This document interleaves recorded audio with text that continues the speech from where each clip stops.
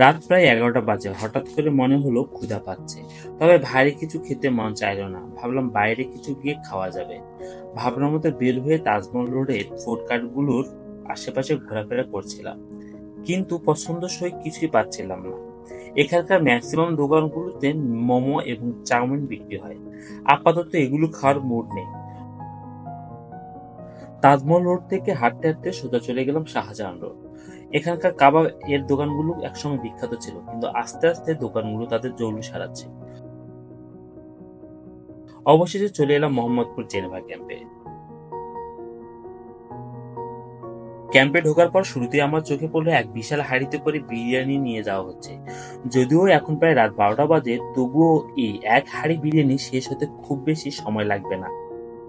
কিছু দূর এগুতে সর্বপ্রথম যেটা চোখে পড়লো সেটা হচ্ছে চিকেন চাপ। এখানে ছোট বড় বিভিন্ন সাইজের চিকেন চাপ পাওয়া যায়। মুরগির গলা এবং পিঠের অংশ দিয়ে তৈরি এই সমস্ত চাপের দাম মাত্র 30 টাকা। এছাড়াও মুরগির মাংসের সাইজ অনুযায়ী বিভিন্ন দামের চাপ পাওয়া যায়, যেমন 70 টাকা, 100 টাকা এবং 130 টাকা। বাইরের দোকান এবং রেস্টুরেন্টগুলোর সাথে তুলনা করলে এগুলো খুবই সস্তা। এরপর কাবাবের দোকান থেকে কয়েকটা পকোড়া নিয়ে নিলাম। এগুলো প্রতি পিসের দাম পড়েছিল 5 টাকা।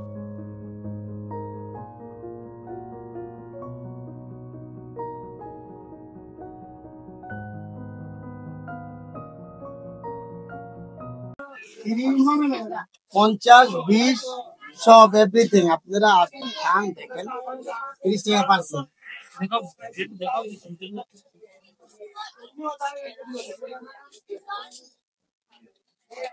দিলাম পার্সেল 30 টাকা ঠিক আছে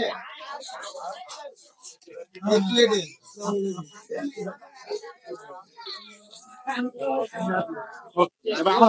আমরা খাবো লোক খাওয়া কোনো খাবো ভালো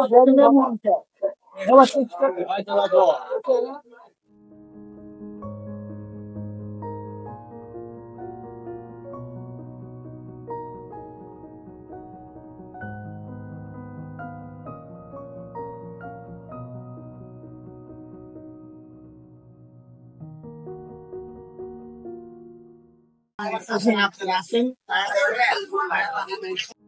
মাত্র 30 টাকায় বিরিয়ানি খেতে পেরে অন্যরকম অনুভূতি হচ্ছে। যদিও তার পরিমাণ খুব বেশি ছিল না, কিন্তু মোটামুটি পেট ভরার মতোই ছিল। খাওয়া দাওয়া শেষ করে রওনা হলাম বাড়ির পথে। আপনাদের সাথে দেখা হবে অন্য কোনো ভিডিওতে। সেই পর্যন্ত বিদায়।